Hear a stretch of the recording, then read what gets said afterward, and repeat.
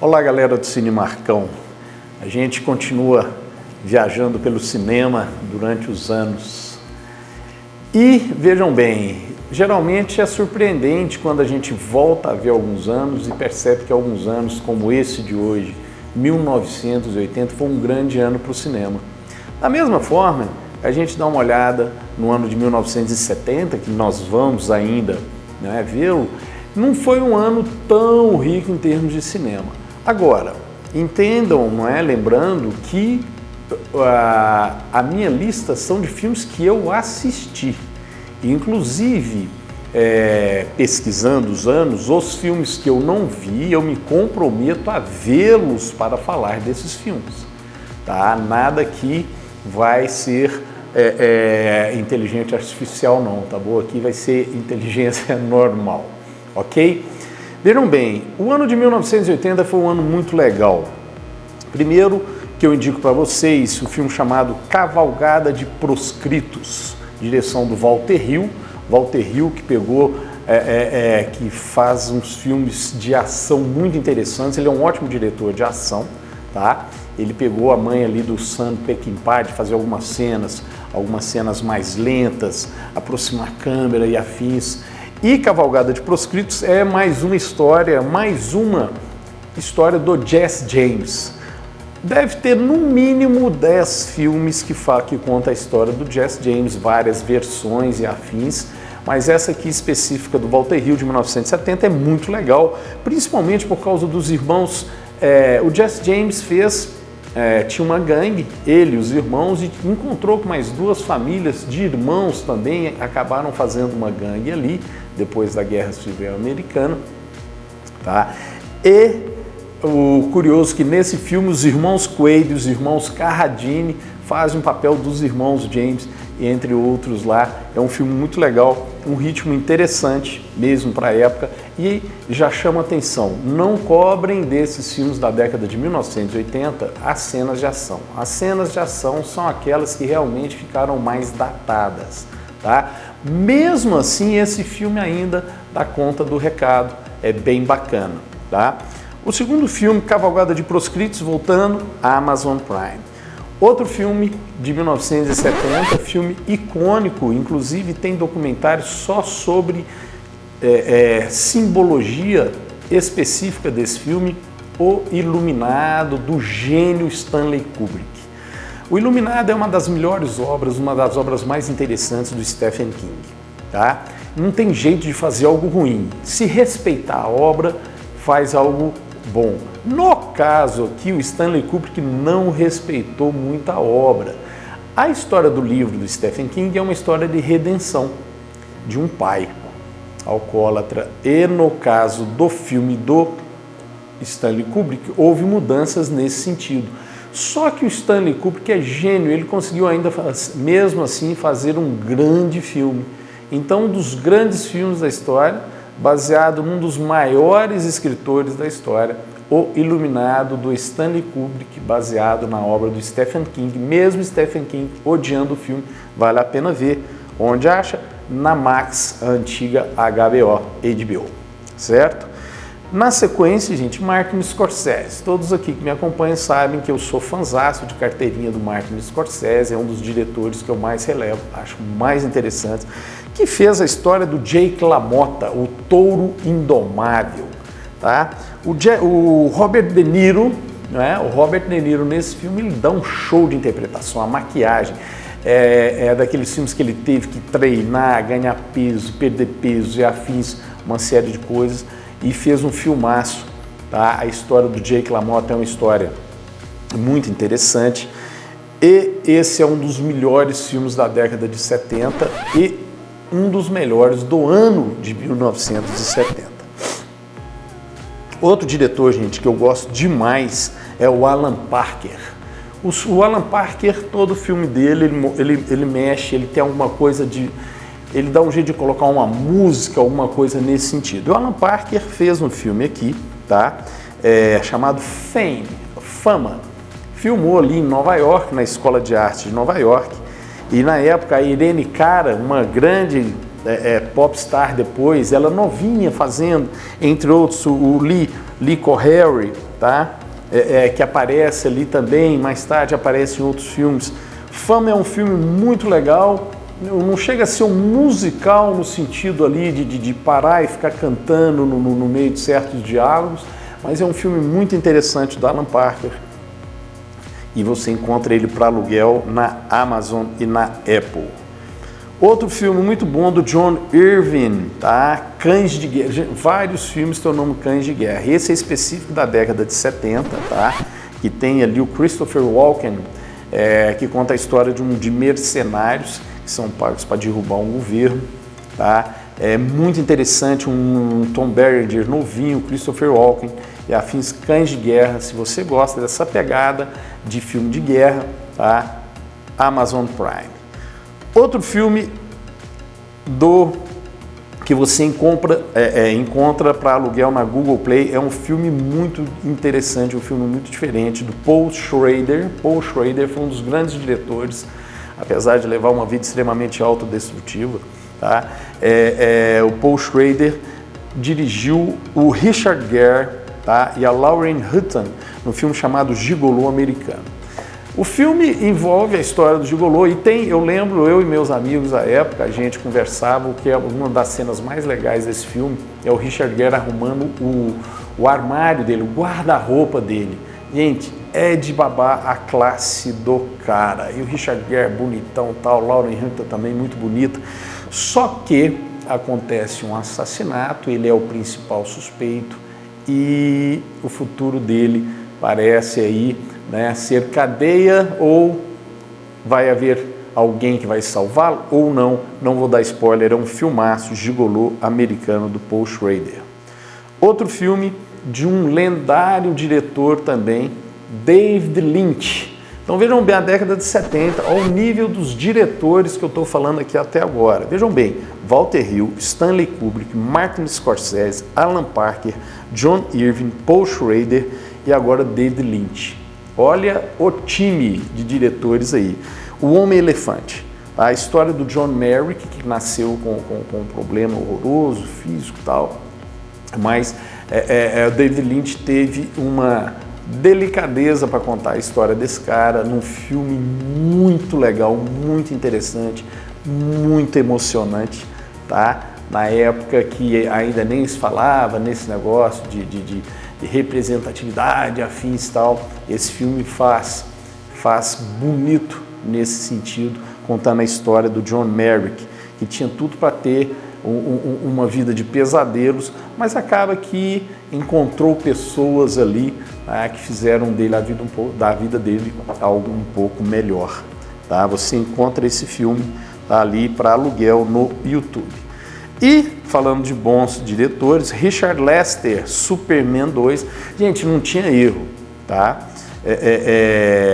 Na década de 80 aqui, tá?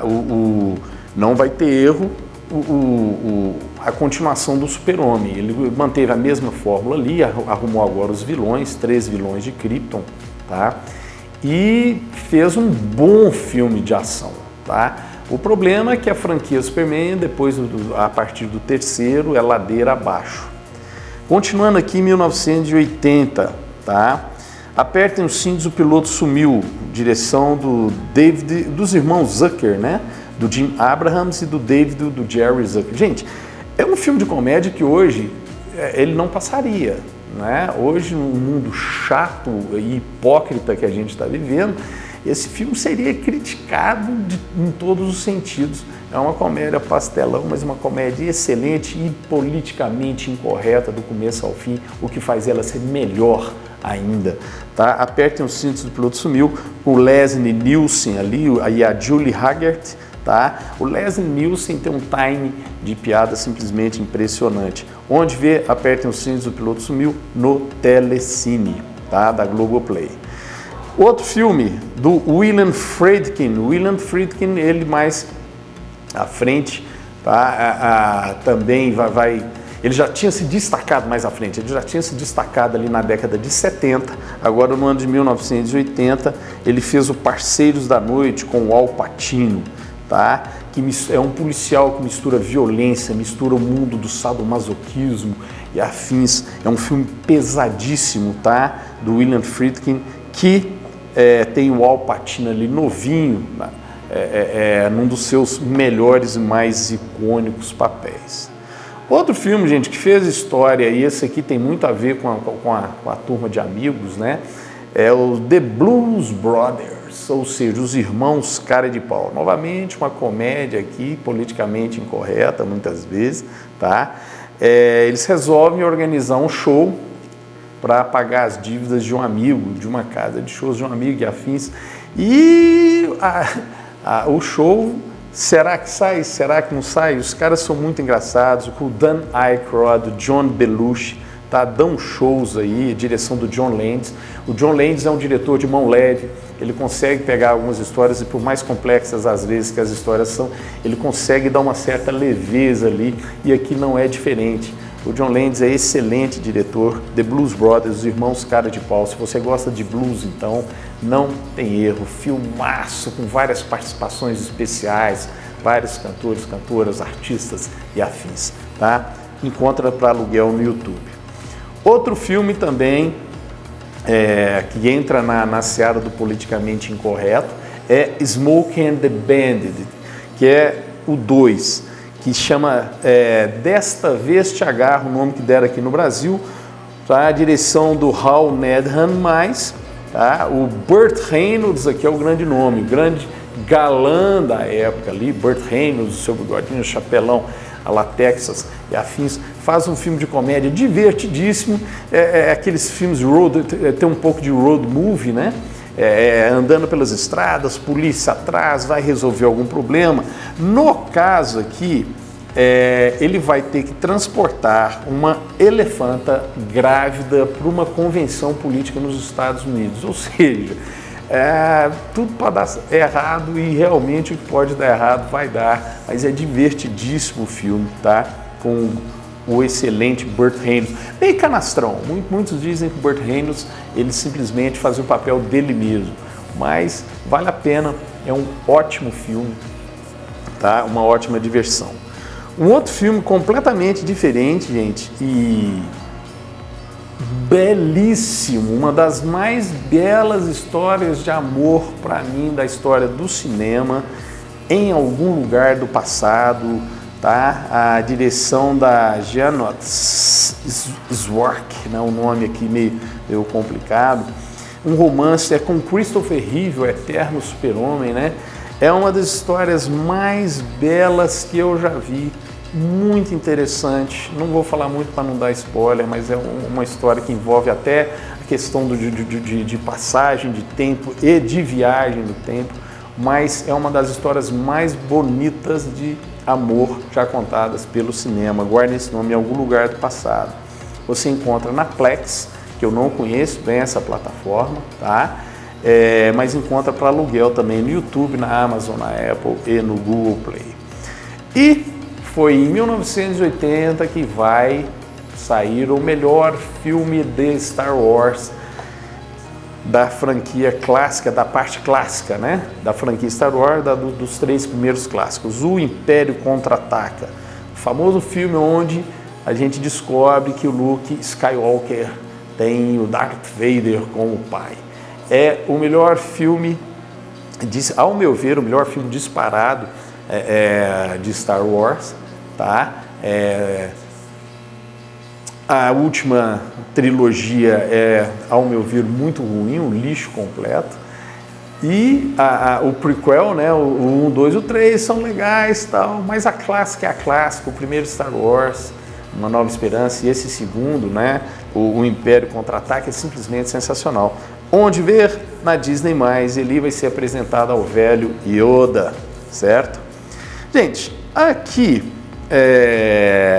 esse filme também, ele divide opiniões, mas me marcou muito e ele criou toda uma cultura de slasher movie. Sim, Sexta-feira 13, parte 1, tá? A direção do Sean Cunningham. O Crystal Lake vai ser banhado de sangue, né? Aquele filme onde a jovem apareceu com menos roupa, saiu de casalzinho, provavelmente vai ser vítima. Não é um filme que agrada, é um filme de slasher, mas é um filme que tem que ser colocado aqui porque, repito, ele virou hoje um clássico dentro dessa linhagem de filmes. E é nicho, né? O filme de terror, esse tipo de filme é o que eu chamo de filme nichado. É uma galera ali que gosta, mas é uma galera extremamente fiel e iniciou uma sequência aí de vários filmes, uma franquia de vários filmes, que, se não me engano, foi até o Jason X, Jason 10. Tá? Pra vocês terem uma ideia, já dei a dica aqui, né? Jason, e tem aquela velha pegadinha, no primeiro, sexta-feira, 13, o assassino não é o Jason. Quem será o assassino? Não contarei por aqui, tá? Não vou dar spoiler. Vejam bem, Gente Como a Gente, do Robert Redford, que já estava ali se enveredando pela direção.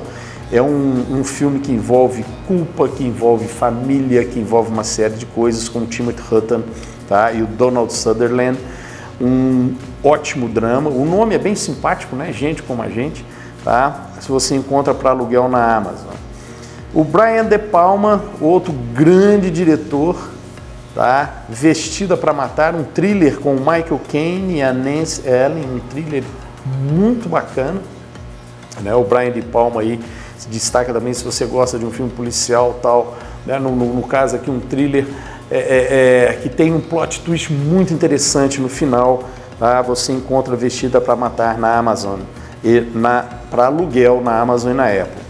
E reta final aqui, Cowboy do Asfalto, do James Briggs, com o John Travolta, a Deborah Winger, novinhos, tal, um drama entre os dois, o próprio nome aqui indica. Esse filme hoje ele daria uma certa polêmica, porque o relacionamento do casal no filme é um relacionamento um tanto estranho. Estranho em que sentido? E às vezes até ruim ali, aquele relacionamento que parece que não faz bem para nenhum dos dois, certo? Mas é um filme interessante, é um drama legal, né? Tem que se contextualizar, ver o filme ali com a cabeça na década de 1980. E para a gente fechar, gente, vou falar de um filme aqui que é a questão de quociente emocional, tá? Xanadu com a Olivia Newton-John. É um musical, como musical até meia boca, não é lá essas coisas, tá? A década de 1980 não foi uma década interessante, ao meu ver, assim, para musicais, mas Xanadu tinha um grande crush meu na época, que era a Olivia Newton-John, tá? Michael Beck, que Gene Kelly, que faz uma participação nesse filme. Esses filmes Sessão da Tarde, Pipocona, tá? Para quem tudo vai dar certo, com muita música pop, muito redondinho, muito bem feitinho. Eu acho que vale demais a pena ver se você gosta de um filme mais leve. E com certeza não está na lista de melhores de 1980 de muita gente. Mas repito, é um filme pipocão, coloquei aqui mais por causa do quociente emocional mesmo, porque é um filme que gostei demais na época que ouvi. Galera, coraçãozinho, joinha, comente, tá? Participe aí, me põe aí no mapa do algoritmo. Valeu, logo a gente volta a ver um novo ano. Estejam todos bem, se cuidem.